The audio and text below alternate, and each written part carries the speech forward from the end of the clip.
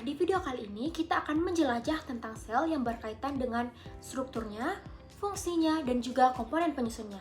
Sudah siap? Let's go! Kita mulai dari apa sih itu sel? Sel adalah unit struktural dan juga fungsional terkecil yang membentuk makhluk hidup, mulai dari bakteri hingga manusia. Setiap makhluk hidup itu tersusun oleh satu atau lebih sel, dan di dalam sel ini terdapat proses penting kehidupan, seperti pertumbuhan, metabolisme, kemudian pembelahan, dan juga respon terhadap rangsangan. Selanjutnya, ciri-ciri dari sel. Yang pertama, memiliki membran plasma yang berfungsi untuk memproteksi dan juga membungkus isinya. Kemudian yang kedua, mengandung sitoplasma sebagai tempat reaksi kimia berlangsung.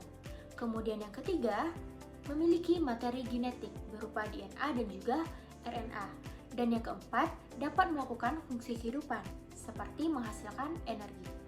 Nah, ada dua jenis sel, yaitu sel prokariotik dan juga sel eukariotik. Sel prokariotik perbedaannya, yang pertama, tidak memiliki membran inti sel. Kemudian yang kedua, DNA-nya itu tersebar di sitoplasma. Dan yang ketiga, strukturnya sederhana.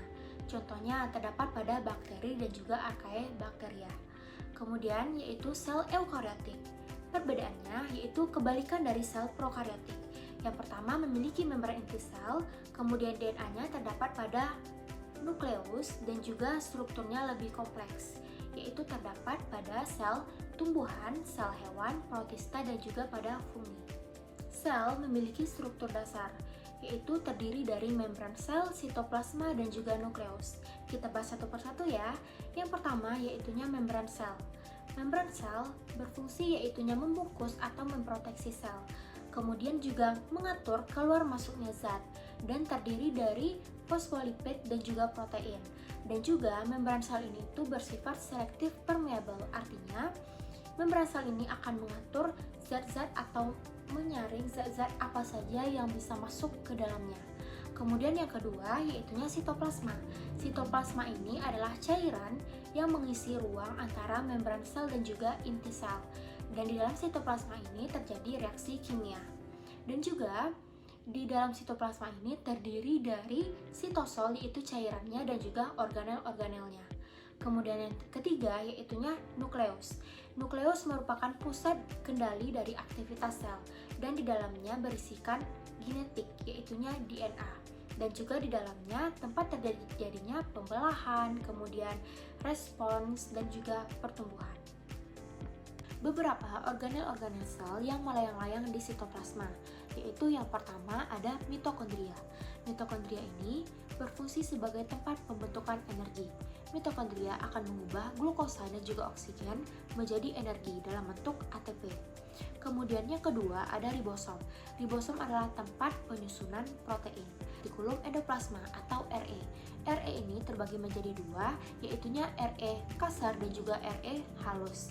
RE kasar dia itu berperan pada pembentukan dari protein, sedangkan RE halus dia akan berperan pada perombakan atau modifikasi dari lemak.